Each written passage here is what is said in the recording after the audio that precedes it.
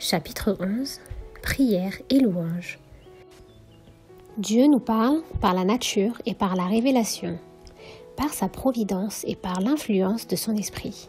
Mais cela n'est pas suffisant, nous avons besoin de lui ouvrir notre cœur. La vie et l'énergie spirituelle dépendent d'entretiens réels et directs avec notre Père Céleste. Notre esprit peut se reporter sur Dieu. Nous pouvons méditer sur ses œuvres, sur la miséricorde, sur ses bénédictions. Mais ce n'est pas là, dans le sens le plus complet du mot, être en communion avec lui.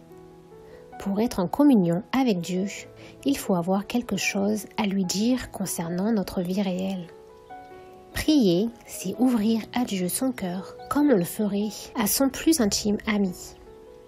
Non pas que la prière soit nécessaire pour instruire Dieu sur ce qui nous concerne, mais elle nous met à même de le recevoir. La prière ne fait pas descendre Dieu jusqu'à nous, elle nous élève jusqu'à lui. Au jour de sa chair, Jésus enseigna à ses disciples la manière dont ils devaient prier. Il leur apprit qu'ils devaient exposer à Dieu leurs besoins de chaque jour et se décharger sur lui de tous leurs soucis. L'assurance qu'il leur donne de l'exaucement de leurs prières, il nous la donne aussi. Durant son séjour parmi les hommes, Jésus était lui-même souvent en prière. Notre Sauveur avait pris sur lui nos besoins et nos faiblesses. Il nous apparaît comme un suppliant, demandant constamment à son Père une provision nouvelle de force pour faire face aux devoirs et aux épreuves. Il est notre modèle en toutes choses, un frère dans nos infirmités, car il a été tenté en toutes choses comme nous le sommes. Mais il était l'être sans péché, et sa nature se révoltait contre le mal. Il a enduré toutes les luttes et toutes les angoisses de l'âme auxquelles sont exposés les humains dans un monde de péché. Son humanité lui faisait de la prière une nécessité et un privilège. Il trouvait joie et consolation à communier avec son Père.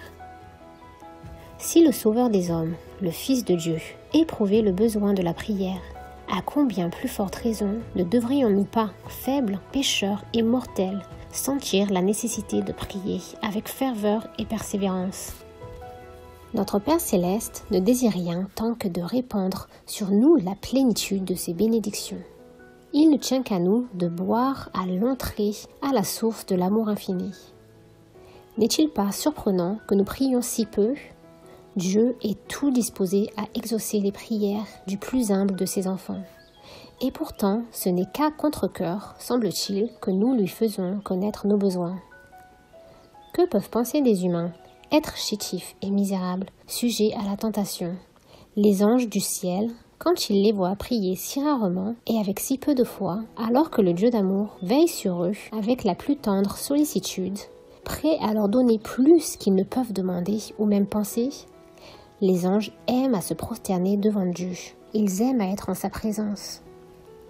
Ils considèrent la communion avec lui comme leur plus grande joie, tandis que les habitants de la terre, qui ont un si pressant besoin de l'assistance que Dieu peut leur accorder, semblent se plaire à marcher sans la lumière de son esprit et privés des douceurs de sa présence.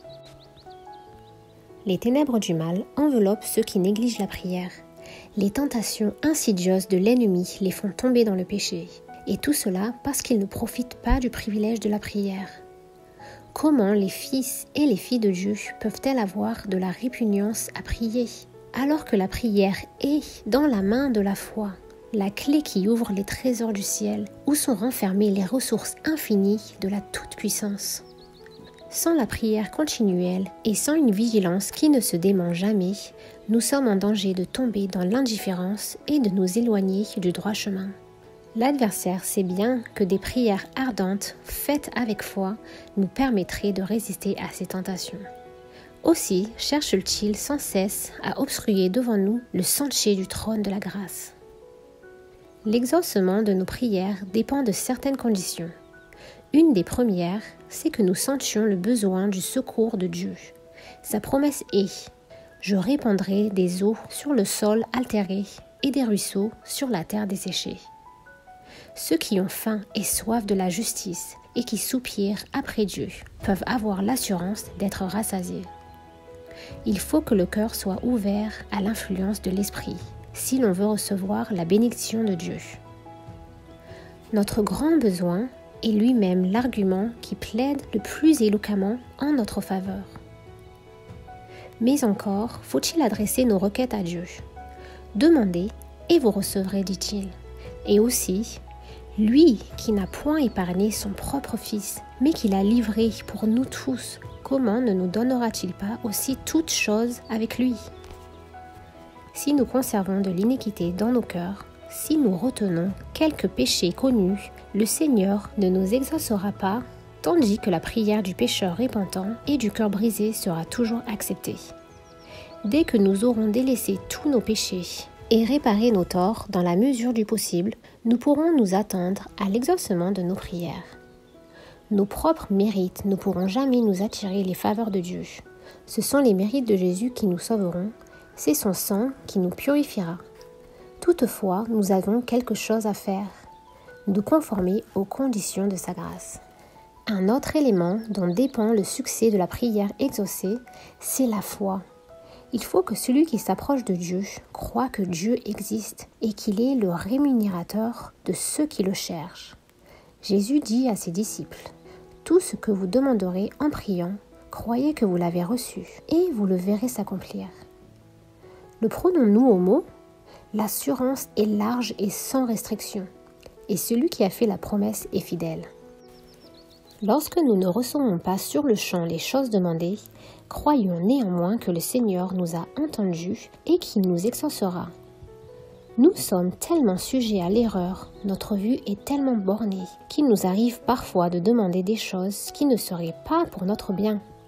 Dans son amour, notre Père Céleste exauce nos prières en nous accordant ce qui est le mieux pour nous, ce que nous demanderions nous-mêmes si nous pouvions juger justement des choses spirituelles. Si nos prières ne paraissent pas être exaucées, cramponnons-nous à la promesse, car le temps de l'exaucement viendra certainement, et nous recevrons alors la bénédiction dont nous avons le plus besoin. Mais prétendre que les prières seront toujours exaucées de la manière dont nous l'entendons, c'est de la présomption. Dieu est trop sage pour se tromper, et trop bon pour nous refuser ce qui vaut le mieux pour nous. Ne craignez donc pas de mettre en lui votre confiance, même quand vous ne voyez pas l'exaucement immédiat de vos prières. Reposez-vous sur cette promesse qui est ferme. Demandez et vous recevrez. Si, avant de croire, nous prenons conseil de nos doutes et de nos craintes, et si nous voulons résoudre tous les points qui pourraient nous paraître obscurs, nos difficultés ne feront qu'augmenter. Mais si nous venons à Dieu dans le sentiment de notre impuissance et de notre dépendance, si, avec une foi humble et confiante, nous exposons nos besoins à celui dont la sagesse est infinie, à celui qui voit tout, il entendra nos cris et il fera briller sa lumière dans nos cœurs. Par la prière sincère, nous sommes mis en rapport avec la sagesse infinie. Nous pouvons ne pas avoir, au moment où nous prions, une preuve spéciale que le Seigneur se penche sur nous avec compassion et amour, mais il le fait cependant. Nous pouvons ne pas sentir son attouchement, mais sa main est sur nous, et cette main nous assure de son amour et de ses tendres compassions. Quand on s'approche du Seigneur pour lui demander grâce et assistance, il faut le faire dans des sentiments d'amour et avec le cœur disposé au pardon.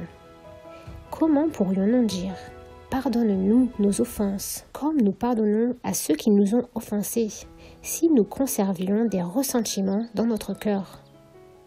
Si nous voulons que nos prières soient exaucées, il faut que nous pardonnions aux autres de la manière même où nous nous attendons à être pardonnés. La persévérance dans la prière est une autre condition de l'exaucement.